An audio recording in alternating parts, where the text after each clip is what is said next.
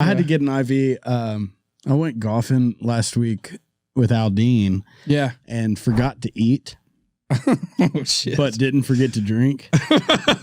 and dude, like, it was one of those things where, like, in the moment, and looking, honestly, I could say I was really fine the whole time. It was like when I got home that it all hit me, and I was grumpy. I wasn't. Man, Delaney hadn't let me live it down yet. But I was a rough. I would love to see Grumpy Earn. I've never seen Grumpy Earn. Dude. No. It's usually when I get home from having a great time with the boys, dude. Yeah. The guys are always like, "Man, he's just always so happy-go-lucky." And I get home and like a shoe's going across the kitchen. I'm just kidding, dude. Continue. I'm just kidding. I did put my foot through a cardboard box. But anyways, so I'm like, and I was telling Delaney, I was like, yo, I just didn't eat food. I'm sorry. I need food. Rawr. Finally, she's like, all right. So she orders Papa John's. And I go to sleep on the bed. And I wake up at 3 a.m. With the spins, dude. And I'm like, and sweating. And I get out of bed and she's asleep. And I was like, okay. All right, I think we're on the... So I go to the front door because I was like, wait, she ordered Papa John's, but I bet we fell asleep through it. I bet there's pizza on my front porch. No pizza. Oh, no. I'm like, you're fucking kidding me. So I still haven't eaten. It's 3 a.m. And I get to the kitchen like, I got to puke. So I hit like the light naked jog across the kitchen, you know, like you're trying to... Yeah, with the socks on. You're not really taking your feet off. It's like, was a risky business. Puke version. Yeah. And the door between me and my bathroom is shut. And...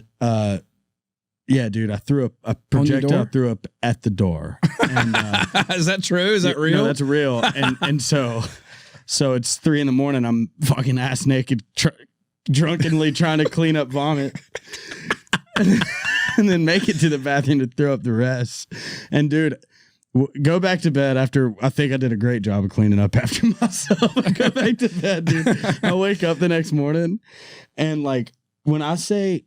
Maybe the worst hangover I've ever had. I don't really get hungover, and you know I can party late and wake up early. Yeah, you do, which is crazy. And this time I woke up early and was like, where the light hurt, and like, I knew I wasn't gonna throw I think up. that's the lack of food. I don't know the science behind it. Maybe Sandy does. I don't know, but I feel like if you I needed carbs. So bad. So we go get coffee, and Delaney's telling me how terrible I was all night and how she doesn't feel sorry for me at all. And we get to Frothy, and I'm like, I'll have a farm breakfast, bacon, scrambled eggs. And I'm like, I can probably get this down. They bring out the food, and I look at the food, and I was like, nope. No, that's I'll the have worst. more water, dude. So, yeah, dude, I got an IV that day. I had to write, and I went and got an IV, and it brought me back to life. It works. Arete, dude. All right, I have an IV story. So, and I hope this doesn't give him in trouble. I'm sure it doesn't. So I was in LA. I was on tour with Morgan, and we had gotten there a night early to. We had a bunch of LA the radio guys because it's a big station and a really big ad, you know. And plus, they're a great guy. Michael Levine's an awesome dude. He's the program director there, and we all went to Big Loud spot is Nobu. Yes. So we went to Nobu. A lot of money has been spent at Nobu on an artist again. Yeah. Yep. And we got into the sake.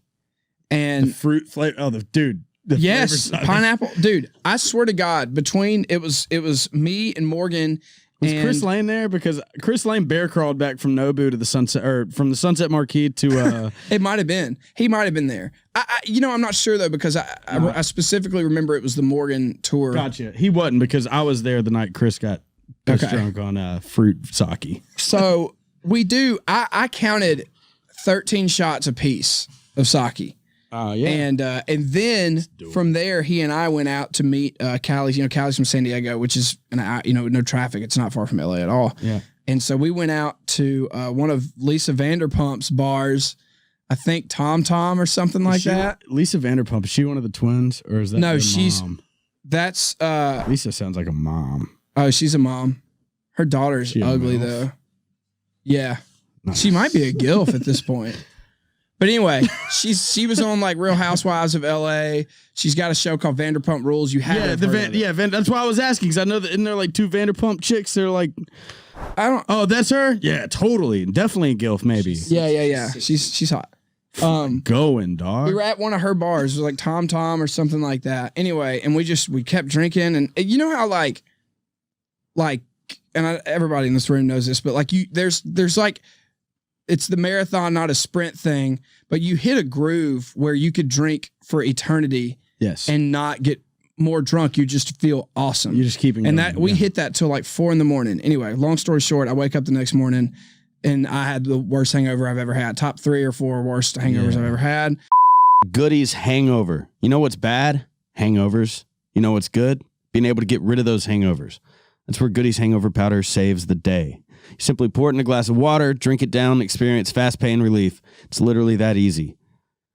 Do what I do on mornings where you know you need a little, what's the word? Hit of alertness. You grab a Goodies hangover powder and make your day a good one. Goodies has hooked all of my listeners up with a special Amazon discount code. Use ONE-OFF ERNEST for a discount on 6 packages of Goodies today.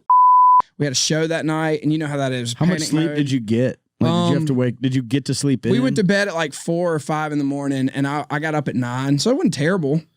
Yeah, I was definitely hungover. You were I was still not drunk when you woke up. I think probably maybe a little bit because it did take about an hour for me to really feel it. Yeah. So at the time, Seth and everybody they were in meetings all day, and so I just woke up and I Googled. I'm like, we're in LA, we're in Hollywood.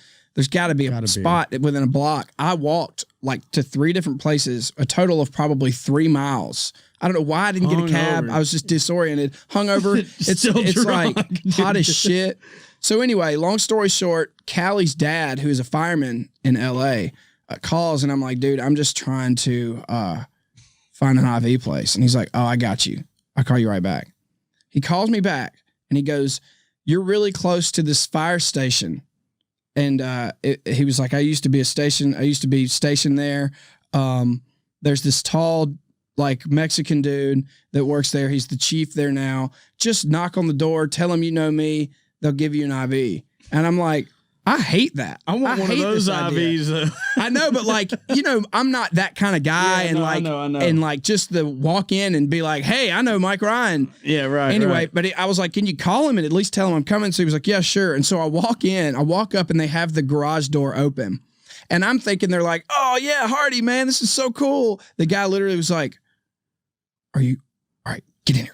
Get in here. Get in here. And I was just like, already I hate this. Yeah. And so they put me in a closet. Nice. Okay.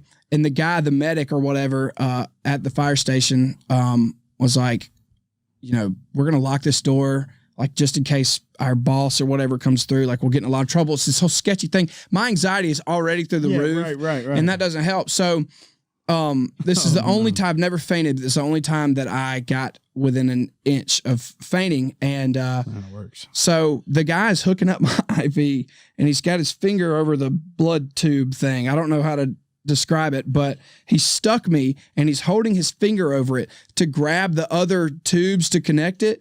And he just forgets and he takes his finger off the tube. And I look down and my blood is just pouring out of my body onto the floor. So much that I can hear it hitting the floor like I'm peeing.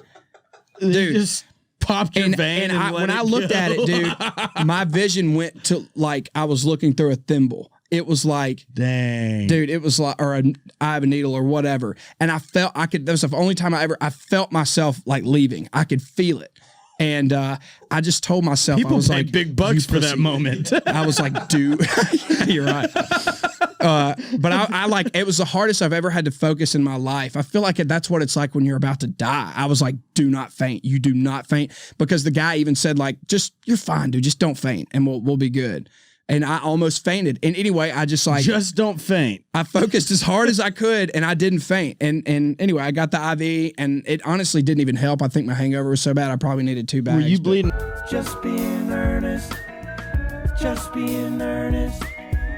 Just be in earnest. Just be in earnest.